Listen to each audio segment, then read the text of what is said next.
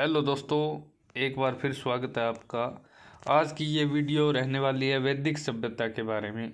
इस वीडियो में हम पढ़ेंगे ऐतिहासिक पृष्ठभूमि और उसके कालक्रम के बारे में, आर्यों के आगमन के बारे में, वैदिक सभ्यता के दौरान जो नदियाँ थी उनके पुराने नाम व नए नाम के बारे में, और वैदिक साहित्य के बारे में।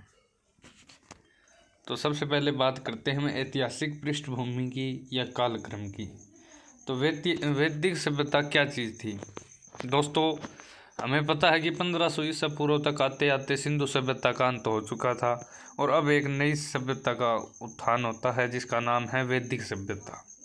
वो 1500 ईसा पूर्व से शुरू होती है और 1000 ईसा पूर्व तक आते आते उस सभ्यता का नाम था ऋग्वैदिक सभ्यता।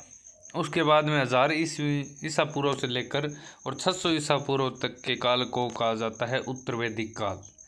तो आपको पता चल गया ऋग्वैदिक काल क्या है और उत्तर वैदिक काल क्या है।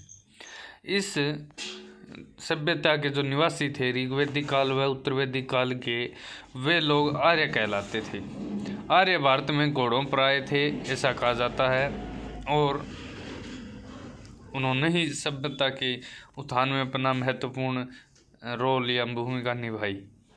अब बात करते हैं दोस्तों, ये जो सभ्यता थी वैदिक सभ्यता, ये एक ग्रामीण सभ्यता थी। इससे पहले जो भारत में सभ्यता थी सिंधु घाटी सभ्यता, वो एक नगरीय सभ्यता थी जो हम पीछे पढ़ चुके हैं। उसके बाद में हम बात करते हैं वैदिक सभ्यता में आर्यों की भूमिका। तो दोस्तों, आर्य बाहरी देशों से आए थे और वे कहाँ से आए थे इस बारे में मतभेद है इतिहासकारों में, वो हम आगे बढ़ेंगे। तो वो जहाँ से भी आए थे वो भारत में आने वाले बाहरी लोग थे, यानी यहाँ के मूल निवासी नहीं थे। वो आए, वो घोड़ों पर आए थे और उनमें से एक राजा हुए राजा सुदास।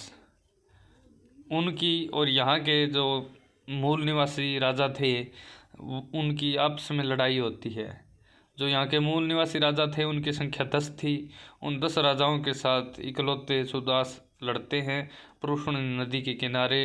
उस युद्ध को कहा जाता है दसराग युद्ध। ये बहुत महत्वपूर्ण है। उसमें राजा सुदास जीत जाते हैं।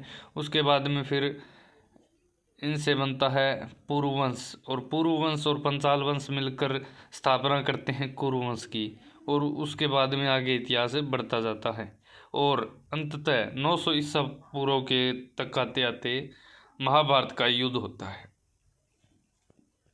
अब दोस्तों, उसके बाद में बात आती है लोहे का प्रयोग व महाभारत का युद्ध। जैसा कि हमने बात की 900 ईसा पूर्व तक आते आते महाभारत का युद्ध होता है। उससे पहले 1000 ईसा पूर्व में लोहे की खोज हो जाती है और लोहे की खोज ही ऋग्वैदिक और उत्तर वैदिक काल को अलग अलग बांटती है। सबसे पहले लोहे का जो अवशेष या लोहे के जो हमें सबूत मिले हैं वो कहाँ से मिले हैं, तो वो अतरंजी खेड़ा से मिले हैं। यानी लोहे के प्रथम साक्ष्य कहाँ से मिले हैं, तो अतरंजी खेड़ा से। महाभारत का युद्ध कब हुआ, तो 900 ईसा पूर्व तक, ईसा पूर्व में। उसके बाद में बात करते हैं दोस्तों आर्यों के आगमन की। आर्य कहाँ से आए इस पर विभिन्न मत हैं, जैसे कि एक है बोगचकोई अभिलेख, जिसको किसने बनाया था, हिटाइट शासकों ने। ये एक अभिलेख है जो मध्य एशिया में मिला था, एशिया माइनर में बोलते हैं उसको। वहाँ पर बनवाया किसने था, हिटाइट शासकों ने, हिटाइट। तो इस अभिलेख के अनुसार आर्य मध्य एशिया से आए थे और ठीक ऐसी बात कहते हैं इतिहासकार मैक्स मुल्लर कि आर्य मध्य एशिया से आए थे। परंतु बाल गंगाधर तिलक के अनुसार आर्य उत्तरी ध्रुव से आए थे, यानी आर्कटिक ओम सिद्धांत किसने दिया, तो बाल गंगाधर तिलक। आर्कटिक, हमारा उत्तरी ध्रुव को आर्कटिक बोलते हैं, ठीक है। ओम यानी वो आर्यों का मूल घर था, ऐसा सिद्धांत किसने दिया था, बाल गंगाधर तिलक ने। उसके बाद में दयानंद सरस्वती के अनुसार आर्य तिब्बत से आए थे। दयानंद सरस्वती ने आर्य समाज की स्थापना की थी, उनके अनुसार आर्य तिब्बत से आए थे, ये हमें पता होना चाहिए। उसके बाद में हम बात करते हैं नदियों की।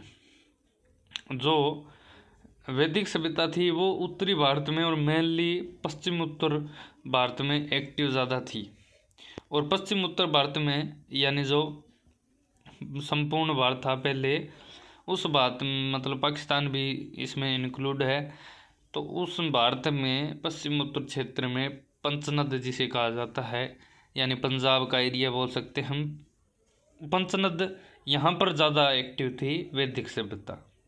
तो उन 5 नदियों के नाम कम्पिटिटिव एग्जाम में पूछ लेते हैं कि इन नदियों का पुराना नाम क्या था। उदाहरण के लिए रावी नदी का पुराना नाम क्या था, यानी रावी नदी का वैदिक समाज या वैदिक सभ्यता के दौरान क्या नाम था, तो नाम था पुरुषणी। इसके एक ट्रिक है, जैसे भी हम सिंधु नदी का तंत्र पढ़ेंगे तो हम 5 नदियों के नाम बाई ट्रिक या बाई क्रम या बाई ऑर्डर हमें याद करते हैं। जैसे झेलम, चिनाब, रावी, व्यास, सतलज, झेलम, चिनाब, रावी, व्यास, सतलज, यानी सबसे ऊपरी ऊपर नदी जो है वो है झेलम, उसके बाद में चिनाब, फिर रावी, व्यास, सतलज। तो ठीक इसी तरह हमें याद रखना है कि वी आप विस, ये हमें याद रखना। अब वी से बन जाएगा वितस्ता, यानी झेलम का नाम है वितस्ता, चिनाब का नाम है अस्किनी, रावी का पुरुषणी, व्यास का विपस्सा और सतलुज का सतुद्री। ये ट्रिक आसानी से याद रह जाएगी आपको। जब आप हिस्ट्री को 2-3 बार रिवाइज कर लोगे तो ये ट्रिक आपको अपने आप याद रह जाएगी, वी आप विस। उसके बाद में हम आगे बढ़ते हैं, वैदिक साहित्य की बात करते हैं। तो वेदों को किसने लिखा? वेद व्यास ने। इनकी संख्या 4 है और वेद की हम एक अलग से वीडियो बनाएंगे तो उसमें हम पढ़ेंगे वेद के बारे में ज़्यादा डिटेल से। अभी हमें इतना पता होना चाहिए कि वेदों की संख्या 4 है और लिखा किसने था? वेद व्यास ने। उसके बाद में बात करते हैं पुराणों की।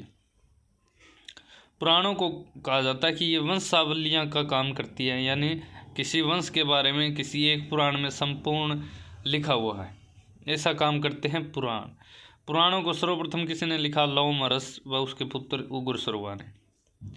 और जब बात करते हैं हम वंशावलियों की तो 3 पुराण मुख्य रूप से भूमिका निभाते हैं। विष्णु पुराण, इसमें मौर्य वंश के बारे में लिखा हुआ है और इसको हम आसानी से याद रख सकते हैं कि विष्णु गुप्त जो थे, जिनका अन्य नाम चाणक्य था, कौटिल्य था, वो मौर्यों के राजा बनाने में उनका बहुत ज़्यादा योगदान रहता है, या फिर मौर्यों को शासन दिलाने में उनका बहुत ज़्यादा योगदान रहता है। और हम एक ऐसा भी कह सकते हैं कि अपना बदला लेने के लिए कौटिल्य ने मौर्यों को या चंद्रगुप्त मौर्य को शासक बनाया था। तो विष्णु पुराण में मौर्य वंश हमें याद रह जाएगा। अब बात करते हैं मत्स्य पुराण की। और एक हमें ये पता होना चाहिए कि मत्स्य पुराण सबसे पुराना पुराण है, सबसे पुराना मत्स्य। तो मत्स्य पुराण में 7 वाहन वंश की वंशावली मिलती है। इसको हमेशा याद रख सकते हैं कि दक्षिण भारत में मेनली ज़्यादा मछली खाते हैं और 7 वाहन वंश भी दक्षिण भारत में एक्टिव था। तो मत्स्य से 7 वाहन में आसानी से याद रह जाएगा। बात करते हैं वायु पुराण की। वायु दोस्तों हमें दिखती नहीं है, तो ये गुप्त होती है और ये गुप्त वंश के बारे में बताती है, तो हम इसको ऐसे याद रख सकते हैं। उसके बाद में हम बात करते हैं ब्राह्मण ग्रंथों की। दोस्तों जो 4 वेद थे उनके बाद में उन पर आधारित विभिन्न ब्राह्मण ग्रंथ लिखे गए थे, यानी उन ग्रंथों का नाम ब्राह्मण था। जैसे वेद होते हैं वैसे ब्राह्मण होते थे। तो ऋग्वेद के जो 2 ब्राह्मण थे वो थे ऐत्रेय कौस्तकी, सामवेद के तांड्य षड्विंश, यजुर्वेद के तैत्तिरीय शतपथ और अथर्ववेद के गोपपथ। इसको हम आसानी से याद रख सकते हैं। कैसे? ऋग्वेद में ऐत्रेय कौशिकी आएगा, हमें याद पता होना चाहिए, ठीक है, इसको याद रख लिया। सामवेद, इसे भारतीय संगीत का जनक भी कहा जाता है, यानी इसमें गाना बजाना वगैरह होगा। और तांड्य से हमें क्या दिख रहा है? तांडव। तो भगवान शिव जो बहुत ज़्यादा गुस्से में आकर डांस करते हैं उसको तांडव बोलते हैं। तो ठीक ये मतलब संगीत और गाने बजाने से रिलेटेड है, तो इसको हमें याद रख सकते हैं। षड्विंश इसके साथ अटैच करो, तांड्य षड्विंश, आप इसको याद रखोगे इसे। और ऐत्रेय कौशिकी ऋग्वेद में आ गया तो यजुर्वेद में तैत्तिरीय आ जाएगा, शतपथ याद रखना, अथर्ववेद में गोपपथ आ जाएगा। अब